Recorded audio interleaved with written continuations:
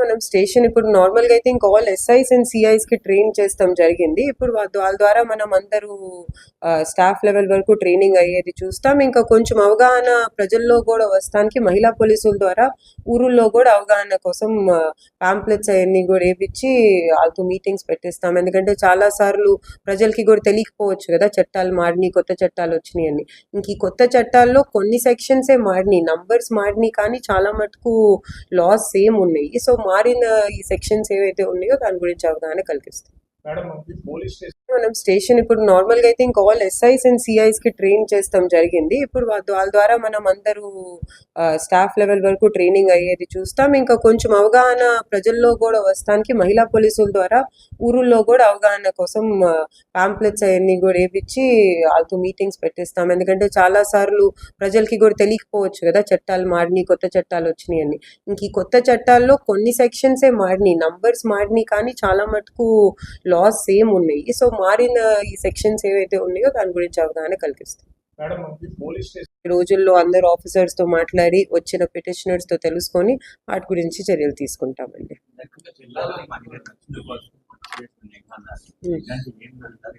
ఇప్పుడు అసలు ఫస్ట్ మనం అర్థం చేసుకొని, అంటే ఇప్పుడు ఈ డిస్ట్రిక్ట్ లో ఎట్లా ఉందని, ఎట్లా అయితే నాకు తెలిసి ఈ డిస్ట్రిక్ట్ కొంచెం ఇండస్ట్రియల్ డిస్ట్రిక్ట్, చాలా ఎక్కువ ఈ కంపెనీస్ అవన్నీ ఉన్నాయి. సో అక్కడ నుంచి ఏ టైంలో అయినా ఉమెన్ వెళ్ళే అప్పుడు వాళ్ళకి ఇబ్బంది ఉంటే ఆ టైంలో స్పెషల్గా బీచ్ పెట్టే అవసరం ఉందా, లేకపోతే కాలేజెస్ దగ్గర బీచ్ ఏమైనా పెట్టే అవసరం ఉందా?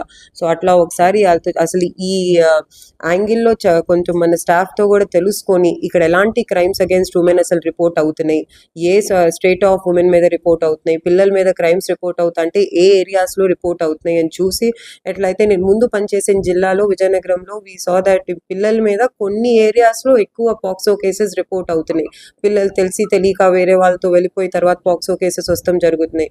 సో అలాంటి స్కూల్స్లో మనం స్పెషల్ డ్రైవ్ తీసుకున్నాం. సో అట్లా అసలు ఈ డిస్ట్రిక్ట్లో ఎట్లా కేసెస్ రిపోర్ట్ అవుతున్నాయి ఉమెన్ మీద, ఇంకెలాంటి ప్లేసెస్లో ఉమెన్కి అన్సేఫ్గా అనిపిస్తుంది అని తెలుసుకొని దానికోసం ఆ ఏరియాలో స్పెషల్గా బీచ్ పెట్టాలా, లేకపోతే ఆ ఏరియాలో అవేర్నెస్ ప్రోగ్రామ్స్ చేయాలా అనేది దాని మీద చేసుకుంటాం. But we'll definitely take it yes a priority. అసలు దీనికోసం ఏం యాక్షన్ చేయాలనేది వీల్ వర్క్ ఇట్ అవుట్.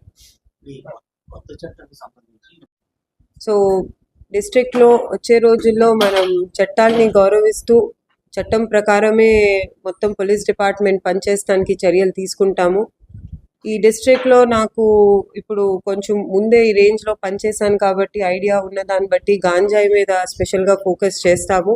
ఈ డిస్ట్రిక్ట్ త్రూ ఎక్కువ ట్రాన్స్పోర్టేషన్ ఉందని చెప్తున్నారు. సో దాని మీద స్పెషల్గా నిఘా పెట్టి how can we further improve it అనేది వర్క్ చేస్తాము. ఇంకట్లాగే గవర్నమెంట్ అనౌన్స్ చేసిన 100 days యాక్షన్ ప్లాన్లో కూడా ఎలాంటి స్టెప్స్ తీసుకోవాలని తీసుకొని అది ప్రయారిటీగా తీసుకొని దాని మీద వర్క్ చేస్తాం. అది కాకుండా మహిళలు పిల్లలు రక్షణ కోసం కూడా ప్రత్యేకగా నిఘా పెడతాం జరుగుతుంది.